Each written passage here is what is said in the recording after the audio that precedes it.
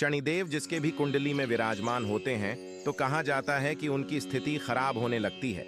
लेकिन क्या आपको पता है कि आखिर जिससे पूरी दुनिया डरती है, उन शनिदेव को उनकी पत्नी ने एक ऐसा श्राप दिया था जिसके कारण सदैव के लिए उन्हें अपना सिर झुकाना पड़ा था।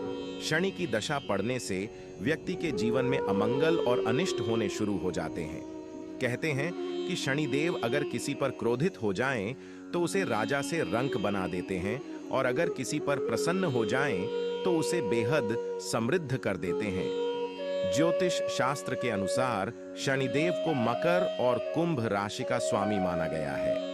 इसलिए लोग शनिदेव के प्रकोप से बचने के लिए शनिवार के दिन उनकी पूजा कर उन्हें प्रसन्न करने की कोशिश करते हैं। शनिदेव भगवान श्री कृष्ण के परम भक्त थे। वह बचपन से ही श्री कृष्ण की आराधना करते थे। पौराणिक कथा के अनुसार शनिदेव की पत्नी भी तेजस्वी, ज्ञानवान एवं पतिव्रता स्त्री थीं।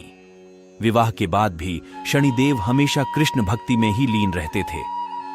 एक रात्रि चित्ररथ ने ऋतुकाल का स्नान किया और पुत्र प्राप्ति हेतु शनिदेव के पास पहुंची। इस समय भी शनिदेव भगवान श्री कृष्ण का ही ध्यान कर रहे थे। उन्होंने अपनी पत्नी की ओर देखा तक नहीं। चित्ररथ ने इसे अपना अपमान समझ शनिदेव को श्राप देते हुए कहा कि आज से आप जिसे देखोगे वह नष्ट हो जाएगा। पत्नी चित्ररथ के वचन सुनकर शनिदेव का ध्यान टूटा और उन्हें अपनी गलती का पश्चाताप हुआ, जिसके लिए शनिदेव अपनी पत्नी से माफी मांगने लगे। शनिदेव की पत्नी के पास इस श्राप का कोई तोड़ नहीं था, जिसके चलते शनिदेव सदैव अपना सिर झुकाकर ही चलते हैं, जिससे कि उनकी दृष्टि किसी पर न पड़ सके।